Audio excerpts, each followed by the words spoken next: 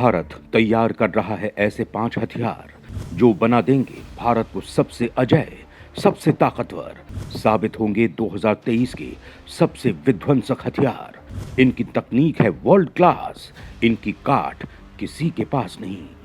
दोस्तों, भारत न केवल वर्तमान बल्कि भविष्य को लेकर भी तैयारी कर रहा है और ऐसे ऐसे हथियारों पर काम कर रहा है जिनकी तकनीक वर्ल्ड क्लास है, जिनकी काट चीन, पाकिस्तान तो क्या, अमेरिका, जापान या यूं कहें रूस तक के पास भी नहीं होगी। ऐसे कमाल के हथियारों पर भारत ने सिर्फ सीमित जानकारी ही उपलब्ध करवाई है, लेकिन जितनी करवाई है उतने से ही दुश्मनों की हालत खस्ता हो रखी है। और ये तो आपको पता ही है कि भारत अपने हथियारों की रेंज और ताकत का खुलासा कभी नहीं करता।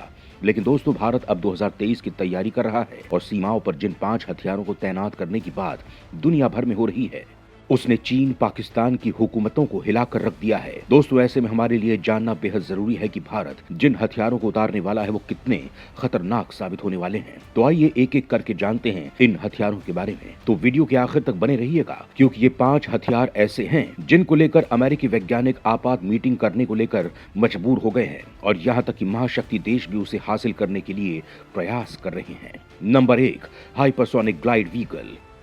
दोस्तों, भारत ऐसी मिसाइल बनाने की तैयारी कर रहा है जो एक ही झटके में पूरे के पूरे देश को साफ कर सकता है। इसे हाइपरसोनिक ग्लाइड व्हीकल कहा जा रहा है। चीन, अमेरिका और रूस के पास हाइपरसोनिक हथियारों की सबसे अत्याधुनिक तकनीक मौजूद है। इसके अलावा जो देश इन हथियारों को विकसित कर रहे हैं वो है Bharat, Japan, Australia, France, Germany और उत्तर कोरिया। लेकिन इस वक्त पूरी दुनिया का ध्यान भारत पर टिक गया है, क्योंकि भारत इस वक्त हाइपरसोनिक ग्लाइड व्हीकल में जो तकनीक इस्तेमाल कर रहा है वो तो खुद अमेरिका भी नहीं जानता है। भारत हाइपरसोनिक ग्लाइडर हथियार बना रहा है और भारत उसका परीक्षण भी कर चुका है। रक्षा अनुसंधान और विकास संगठन यानी डीआरडीओ ने मानव रहित स्क्रैमजेट के हाइपरसोनिक स्पीड फ्लाइट का सफल परीक्षण साल 2020 में ही कर लिया था। इसे हाइपरसोनिक टेक्नोलॉजी डेमोन्स्ट्रेटर व्हीकल कहते हैं। 200 जो विमान 6126 से लेकर 12251 किलोमीटर प्रति घंटे की रफ्तार से उड़े, उसे हाइपरसोनिक विमान कहा जाता है।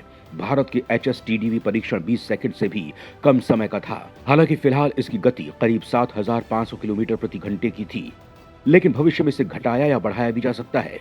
इस यान से यात्रा तो की ही जा सकती है, साथ ही दुश्मन पर पलक झपकते ही बम भी गिराए जा सकते हैं या फिर इस यान को ही बम के रूप में गिराया जा सकता है।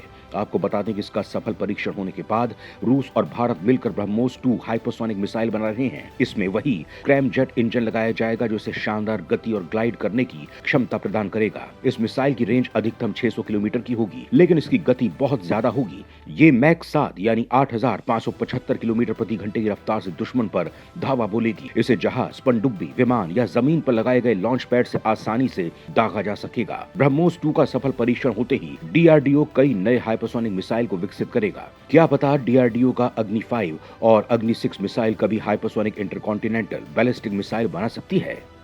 Number 2, direct energy weapon. Bharat का यह हथियार सबसे खास है और अमेरिका की लगातार नजरें भारत पर जमी हुई हैं। आपने काली हथियार को लेकर सुना होगा। अब जिस हथियार पर भारत काम कर रहा है ये काली से भी ज्यादा खतरनाक साबित होने वाला है। दोस्तों, डायरेक्ट एनर्जी वेपन ऐसे हथियार होते हैं जो किसी खास तरह की ऊर्जा को इकट्ठा करके पूरी ताकत के साथ किसी एक टारगेट, मिसाइल, एयरक्राफ्ट जैसी चीजों पर हमला करते हैं। इससे टारगेट या तो जल जाता है या फिर उसके इलेक्ट्रॉनिक तकनीक, संचार सिस्टम, नेविगेशन प्रणाली जैसी चीजें बेकार हो जाती हैं। ऐसा करने से मिसाइल और एयरक्राफ्ट अपने बेस से संपर्क नहीं कर पाएंगे, जिससे वो मिसाइल अपने टारगेट तक नहीं पहुंच पाएगी। डायरेक्ट एनर्जी में फंसे 2 तरह के हमले किए जा सकते हैं। पहला लेजर लाइट और दूसरा इलेक्ट्रोमैग्नेटिक तरंगे। पिछले साल ये खबर आई थी कि 130 अमेरिकी जासूसों, डिप्लोमेट्स, सैनिकों और एम्बेसी कर्मचारियों को सिरदर्द, बेचैनी, सुनने में दिक्कत और ऑटोमेटिक ब्रेन इंजरी हुई थी।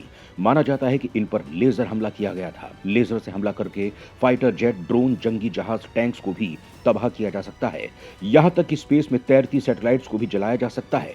इसमें काफी तेज ऊर्जा का बहाव होता है जो सामने मौजूद चीज को जलाकर राख कर देता है, जिसके लिए डीआरडीओ एक प्रोजेक्ट पर काम कर रहा है जिसका नाम दुर्गा 2 है। इसके तहत भारतीय सेना को 100 किलोवाट की लाइट वेट डायरेक्टेड एनर्जी दी जाएगी। अभी तक डीआरडीओ ने 25 किलोवाट का लेजर दुर्गा 1 हथियार बनाया है जो बैलिस्टिक मिसाइल पर 5 किलोमीटर दूर से हमला कर सकता है। हालांकि 1 अप्रैल 2022 को लोकसभा में दिए गए जवाब में रक्षा मंत्री राजनाथ सिंह ने 300 किलोवाट या उससे ज्यादा ताकत के हथियार बनाने का जिक्र किया है। इसे दुर्गा 2 कहा जा रहा है।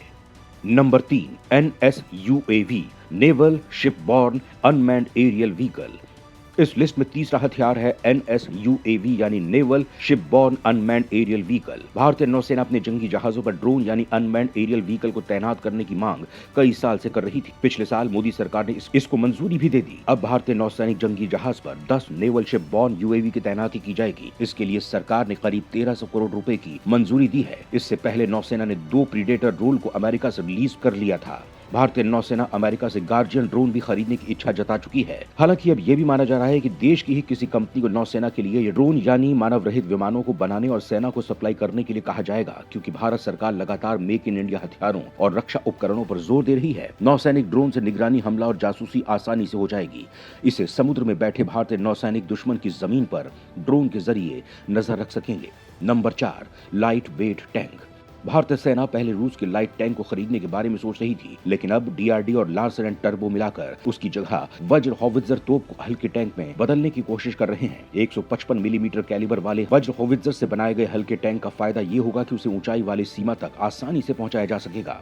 5 मई 2020 को चीन से हुए पिछले संघर्षों के दौरान इसकी कमी महसूस हुई थी। भारत सरकार ने हाल ही में मेक वन प्रोजेक्ट के तहत देश की कंपनियों को 9 डिफेंस प्रोजेक्ट दिए हैं। इनमें से 4 लाइट टैंक्स हैं। चीन के साथ लद्दाख में हुए संघर्ष के बाद भारत ने वहां पर T-72 और T-90 टैंक्स तैनात किए थे। वैसे तो टैंक काफी खतरनाक हैं, लेकिन ये बेहद भारी होते हैं, जिन्हें युद्ध के दौरान ज्यादा ऊंचाई वाली सीमा पर तैनात करना काफी मुश्किल काम है। इसीलिए भारतीय सेना ने लाइट वेट टैंक की मांग उठाई थी। जानकारी के मुताबिक इन्हें भी 2023 में तैनात कर दिया जाएगा। Number 5, multi role helicopter. इनके अलावा भारत खुद की तकनीक से मल्टी रोल हेलीकॉप्टर भी तैयार कर रहा है। भारत का यह मल्टी रोल हेलीकॉप्टर एक मीडियम लिफ्ट हेलीकॉप्टर होगा, जिसे हिंदुस्तान एरोनॉटिक्स लिमिटेड द्वारा बनाया जा रहा है। इसकी पहली उड़ान की संभावना 2024 से 2025 तक है।